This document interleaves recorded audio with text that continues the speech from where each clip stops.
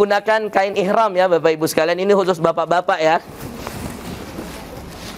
Nah ini boleh dilihat bapak-bapak. Habis ini saya buka tanya jawab ya. 5 menit kita tanya jawab. Ini 20-25. Ya dari situ nak. Ya. Tek gitu aja langsung. Robek aja sek.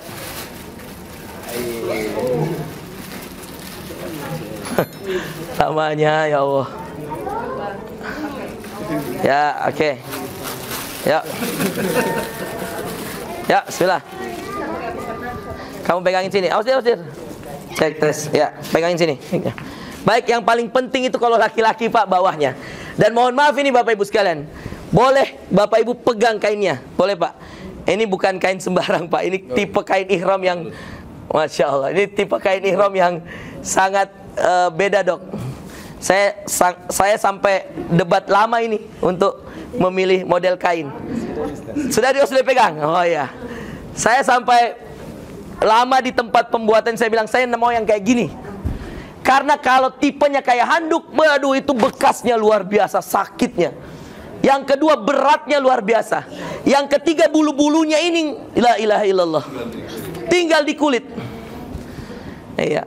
Memang ada harga, ada kualitas, tapi kita mau namanya saja amanah khidmah. Kita mau memberi yang terbaik Bapak Ibu sekalian. Maka perhatikan Bapak Ibu yang dimuliakan Allah. Ini posisinya seperti ini.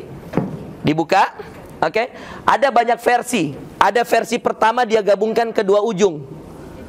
Ada yang menggabungkan kedua ujung seperti ini. Nah, dia gabungkan kedua ujung, kemudian dia tarik seperti ini.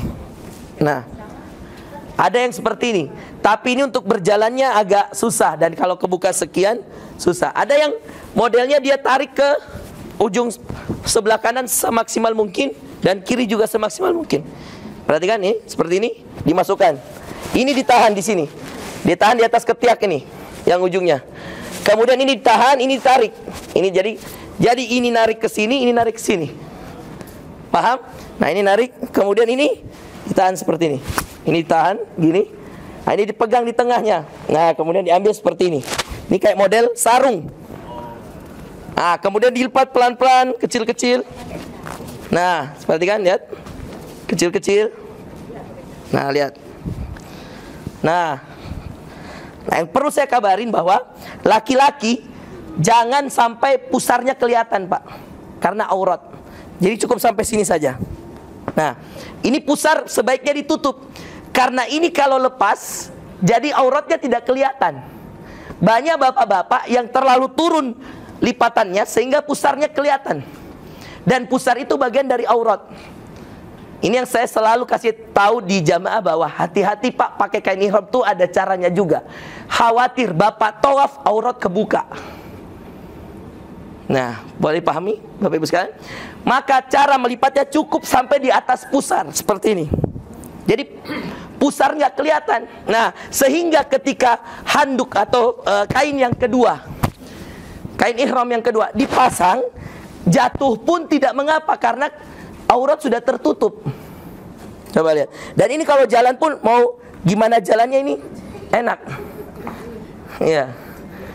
Ini model. Ini biasa yang saya pakai seperti yang saya diajari sama Syekh saya seperti ini. Model yang kuat. Tapi versi beda-beda. Ustadz mau pakai kayak gimana yang tadi? Gak masalah Pak. Ini gak harus kayak gini kayak saya. Boleh kayak saya, boleh juga kayak yang lain. Gak apa-apa. Nah oke. Terus posisi ini gimana Ustadz? Ditutupi. Seperti ini. Perhatikan. Nah, inilah posisi yang paling benar untuk ketika kemudian kita mau berihram. Mulai dari niat sampai selesai, kecuali di depan Ka'bah tawaf. Maka Nabi mewajibkan orang untuk ittiba. Ittiba itu apa? Ini kayak gini. Ini namanya ittiba. Menjadikan sebelah kanan itu terbuka dan sebelah kiri tertutup, karena posisi Ka'bah nanti akan ada di kiri kita dan kita akan mengitarinya. Maka ini namanya ittiba. Apa namanya? Ittiba. Ya. Ini yang dinamakan ittiba. Nah, ini terbuka. Hanya di situ. Setelah itu kita sholat di belakang makam Ibrahim 2 rakaat. Rakaat pertama Al-Fatihah dan Al-Kafirun. Rakaat kedua Al-Fatihah dan Al-Ikhlas. Hanya itu. Setelah itu berdoa. Sebanyak-banyak. Itu waktu mustajab juga. Tempat mustajab juga adalah maqam Ibrahim. Wattakhidhu min maqami Ibrahim musalla.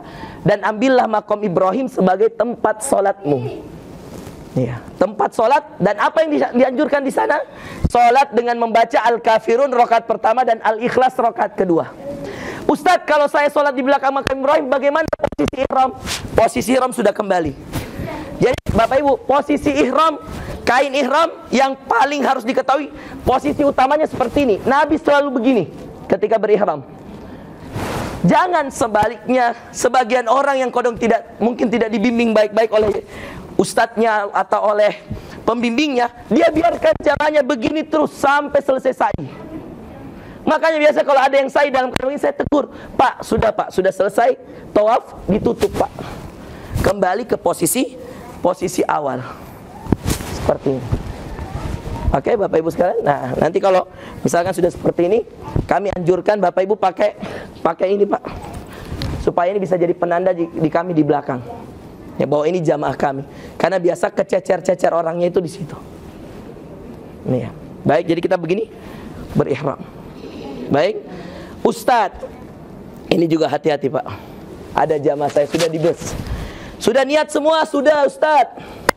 Ini mohon maaf ya Pak ya, kita to the point aja, jujur-jujuran. Kenapa kita tadi ke Bir Ali? Kenapa yang naik kereta cepat pun Ustadz? Padahal kan di atas kereta kan bisa kita niat Ustadz. Betul bisa. Tapi saya ingin menjaga jamaah saya jangan sampai ada yang lupa niat. Karena niat ihram bagi orang yang berumroh adalah rukun Pak. Artinya kalau ada orang lupa dari mikot, dia harus ulang dan cari mikot yang lain. Di kereta itu kadang-kadang orang gak fokus. Yang kedua, kadang-kadang ada orang ketiduran. Sehingga akhirnya ketika orang kereta bilang nahnu fil miqat, nahnu ala dzul hulaifah, kita berada di atas dzul hulaifah, orang ada yang tidur, ada gak dibangunin. Akhirnya mereka lupa niat di miqat. Padahal apa tadi rukun pertama umroh? Niat berada di miqat. Boleh gak kita niat dari Indonesia? Gak boleh. Ada mikotnya. Kalau biasanya orang dari Indonesia ke Jeddah, dari Jeddah mau langsung umroh, biasanya mikotnya di atas pesawat namanya Yalamlam.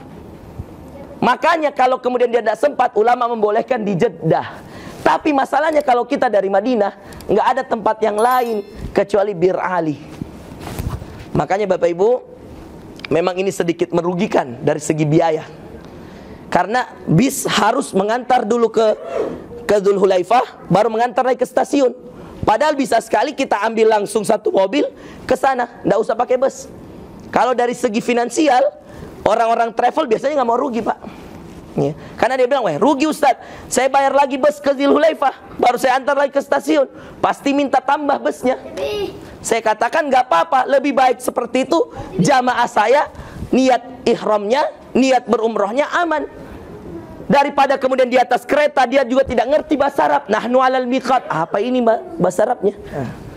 Seperti itu Bapak Ibu sekalian. Makanya kenapa kita ke Dzul Hulaifah dulu, baru kemudian kita ke stasiun.